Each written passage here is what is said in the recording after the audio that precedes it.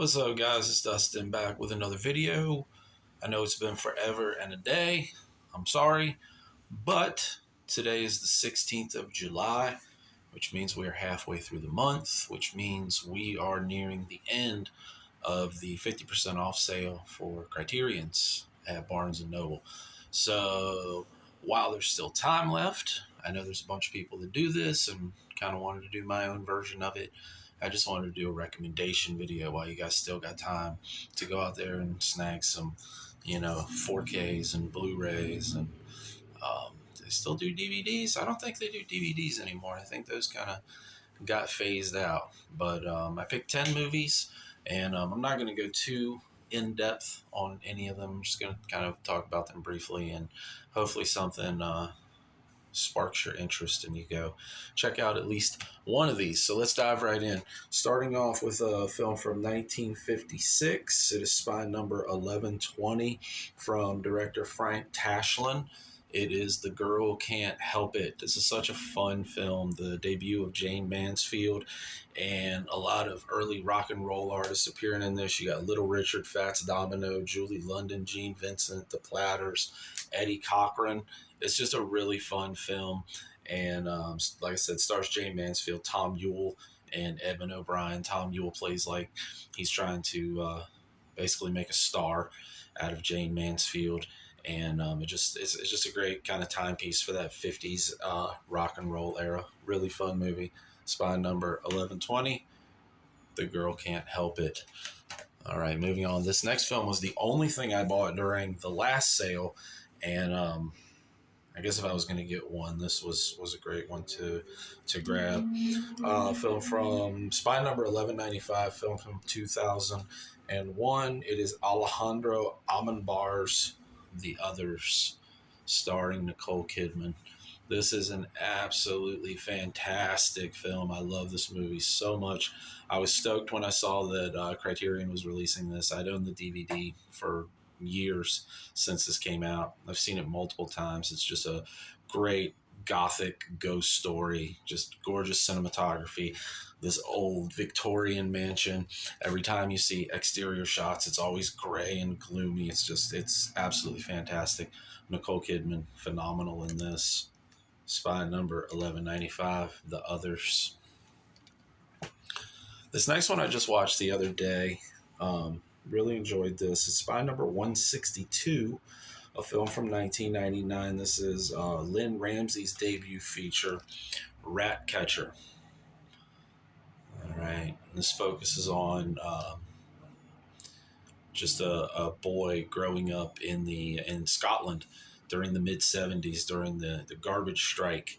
And there's some pretty serious events early on in this film that kind of, it seems like it makes the rest of the film kind of almost feel like a reflection of what has happened from this boy's point of view. And just really, really great film. Really, it's not very long, 93 minutes. I highly recommend it. Really great. Next one, Spy Number 1150. This is a film from 1994, a film from Adam Egoyan, and I absolutely love this cover art. The whole packaging is just really gorgeous. I'm talking about Exotica. Let me show you. Spy Number, I already said that, 1150, and take this out. You can see the inside there, the disc and booklet. This is just a really pretty package. It's a really great film, too. It focuses on this, I guess it's a strip club, I guess. Toronto strip club, Club Exotica. And it just kind of shows, it kind of focuses on these, 4 or 5 different characters. And slowly as the movie progresses along, you see how all these characters' lives are kind of interwoven. And it's done so just so wonderfully that I absolutely love this one. I've seen it a couple times now, and it's just phenomenal. Exotica. Can't recommend it enough. All right, next up, this was one of those ones that was on my list forever, and it took me forever to pick it up, but finally have it, and I love this one a lot. This is from 1975, spine number 29, so an early entry into the collection. It is Peter Weir's Picnic at Hanging Rock. I'm sure a million people have talked about this one and made videos about it and put it in their recommendation list. Well, it's in mine too because I love it. I think it's great. This movie is so just like between like the sun drenched like exterior shots, the whole movie's pretty much exterior shots because it takes place. It's about a Valentine's Day picnic, a field trip from this all girls school, and they go to Hanging Rock Park, and there is a disappearance. There's like elements of like horror to this. There's elements of mystery, and like I said, it's just very sun drenched, very hazy, very dreamlike. And 1975, Peter Weir, spine number 29, Picnic at Hanging Rock. Definitely check this one out. All right, up next, spine number 833. I absolutely adore this movie. It's so good. Directed by Jacques Turner, talking about cat people. This is from 1942. It's a short one. It's only 73 minutes, so just a little over an hour long.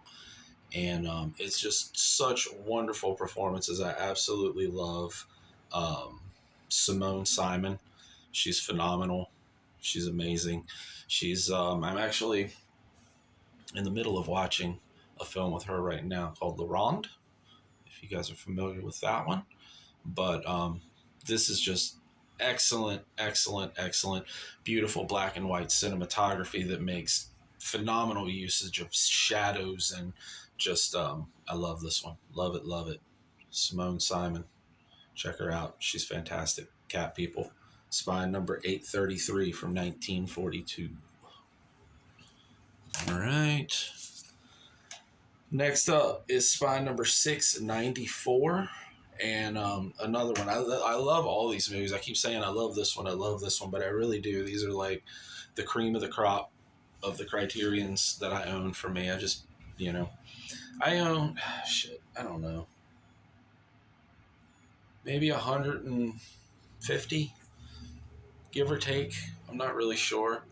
But these 10 are like I said, they're my favorites, and this one is no exception. Spine number 694, a film from 1992. It is Terrence Davies' The Long Day Closes. This is an absolutely beautiful film.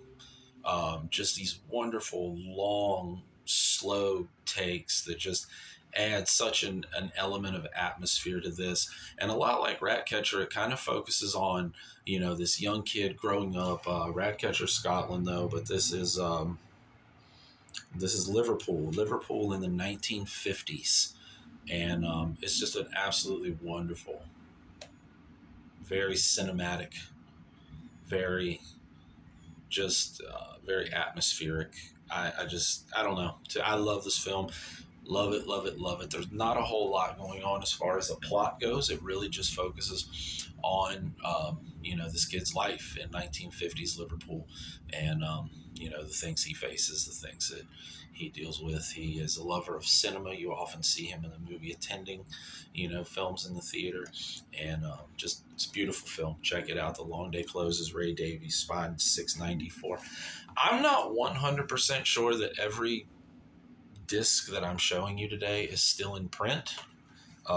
If I screw up and show you something that's been, discontinued or is no longer, has been retired from the Criterion collection, because that does happen very often.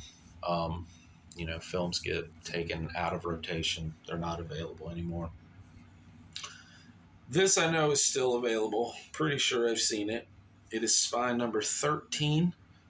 A film from 1991, a Jonathan Demme film, The Silence of the Lambs. I love the packaging of this. It's so fucking cool. The Rorschach Death Head Moth is amazing. This film is amazing. If you've never seen The Silence of the Lambs, stop this fucking video and go watch it because it's one of my favorite films of all time. Anthony Hopkins and it's amazing. Jodie Foster, Anthony Hopkins. It's just phenomenal. The iconic character of Hannibal Lecter, right here. What can I say about The Silence of the Lambs? It's one of the best movies of all time. One of the best performances of all time from Hopkins. All right, next up, Spy number 63, a film from 1962, Carnival of Souls. This, I believe, this is another short one, only 78 minutes. So not quite even an hour and a half. But a really, really cool, early kind of psychological horror movie. I don't want to give any. I don't. It definitely paved the way for a couple of films that I'm thinking of. I don't want to say what they are because I think it might be a spoiler. And this is really, really cool though. Very, very atmospheric, very beautiful, black and white. Just these long shots of driving at night through this open terrain, and just the whole vibe of the movie is just eerie and atmospheric, and I absolutely love this one. This does who stars in this? I don't even know. I don't know. We'll just leave it at that. I don't know. Carnival of Souls, 63. Let's read it back. A young woman in a small Kansas town survives a drag race accident, then agrees to take a job as a church organist in Salt Lake City. En route, she is haunted by a bizarre apparition that compels her toward an abandoned lakeside pavilion. Made by industrial filmmakers on a small budget, the eerily effective B-movie classic Carnival of Souls was intended to have the look of a Bergman and the feel of a Cocteau. And with its strikingly used locations and spooky organ score, fantastic score, by the way, church organist, so there's all this organ music throughout, just adds to the atmosphere of the film. It succeeds. Herc Harvey's macabre masterpiece gained a cult following on late night television and continues to inspire filmmakers today. Yes, it does. So check out Carnival of Souls. I think this movie is in like public domain, so if you don't buy it, at least watch it. I think you can watch it on YouTube and see what you think. What more modern horror films are influenced by this? I can think of two. See what you think, though. And then last, but certainly not least, Spy number 175, a film from 1998, directed by Terry Gilliam. This is one of my favorite movies of all time. Of all time. One of the most quotable movies. I'm talking about Terry Gilliam's 1998 masterpiece, Fear and Loathing in Las Vegas. Johnny Depp plays Raoul Duke, who is Hunter Thompson, who is on assignment from Rolling Stone to cover the Mint 500 motorcycle race in Las Vegas. He, along with his attorney, Dr. Gonzo, played equally brilliantly by Benicio del Toro, traveled to Las Vegas with a carload or a trunk load of basically narcotics and alcohol and weapons, and this is this is what ensues. This is their Las Vegas drug-fueled escapade, and it's absolutely fucking brilliant. If you've never seen this movie, get it. Get the Criterion. Get a fucking DVD from a thrift store. Just watch it. It's phenomenal. There are so many appearances in this movie. Christina Ricci, Gary Busey, just so many people. Actually, Hunter Thompson himself makes a very brief appearance in the film. Penn and Teller is in it. Flea from Red Hot Chili Peppers is in it. It's just an absolutely amazing, hilarious movie that's super visually compelling and has a phenomenal soundtrack. Check it out. So there you go. There's 10 picks for the Criterion Collection. Go check them suckers out. All right? Peace.